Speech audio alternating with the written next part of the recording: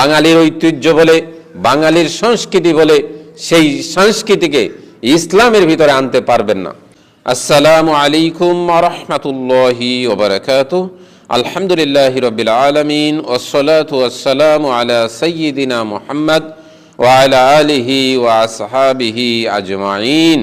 অনেককেই প্রশ্ন করতে শোনা যায়, পহেলা বৈশাখ হচ্ছে আমাদের সংস্কৃতির অংশ, তাহলে ইসলাম কেন এতে বাধা দেয়? প্রথমেই জানতে হবে যে ইসলাম সংস্কৃতির বিরুদ্ধে নয়, ইসলাম সংস্কৃতিকে অনুমতি দেয়। তবে ইসলাম তার সীমানা নির্ধারণ করে দিয়েছে। সমাজে প্রচলিত আছে, তাই কেউ যদি বলে যে এটা আমাদের সংস্কৃতি, কিন্তু সেটা যদি আল্লাহ এবং তার রসুলের বিধান অনুযায়ী না হয়, তাহলে সেই উৎসব পালন করা যাবে না।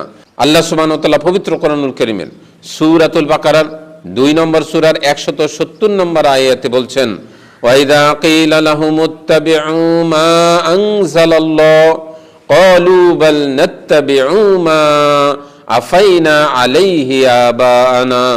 যখন তাদেরকে বলা হয় আল্লাহ যা নাজিল করেছেন তার অনুসরণ করো, তখন তারা বলে আমরা আমাদের বাপ দাদাদেরকে যা করতে দেখেছি আমরা তার অনুসরণ করব।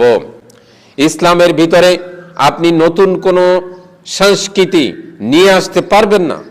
আপনি বাঙালির ঐতিহ্য বলে, বাঙালির সংস্কৃতি বলে সেই সংস্কৃতিকে ইসলামের ভিতরে আনতে পারবেন না। নবী মুহাম্মদ সাল্লাল্লাহু আলাইহি ওয়াসাল্লাম বলেছেন, হাদিসটি রয়েছে বুখারীর 2697, মান আমিলা আমালান লাইসা আলাইহি আমরুনা ফাহুয়া রাদ্দুন।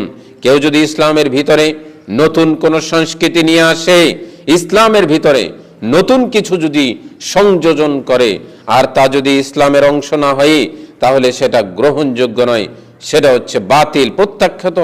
যদি কোনো সংস্কৃতির ভিতরে, উৎসবের ভিতরে অশ্লীলতা হারাম যুক্ত হয়, তবে সেটা গ্রহণ করা যাবে না, সেই উৎসব পালন করা যাবে না।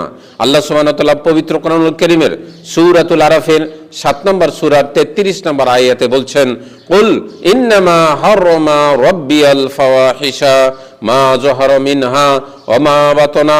আপনি বলে দিন, নিশ্চয়ই আমার প্রতিপালক হারাম করেছেন সমস্ত প্রকার অশ্লীলতা, যা প্রকাশ্যে করা হয় অথবা গোপনে করা হয়, সমস্ত প্রকার অশ্লীলতাকে আল্লাহ সুবহানাহু ওয়া তাআলা হারাম করেছেন। এই আলোচনা থেকে বোঝা গেল ইসলাম সংস্কৃতির বিরুদ্ধে নয়, ইসলাম সংস্কৃতিকে অনুমতি দেয়, কিন্তু ইসলাম সংস্কৃতির উৎসবের একটি সীমানা দিয়ে রেখেছে।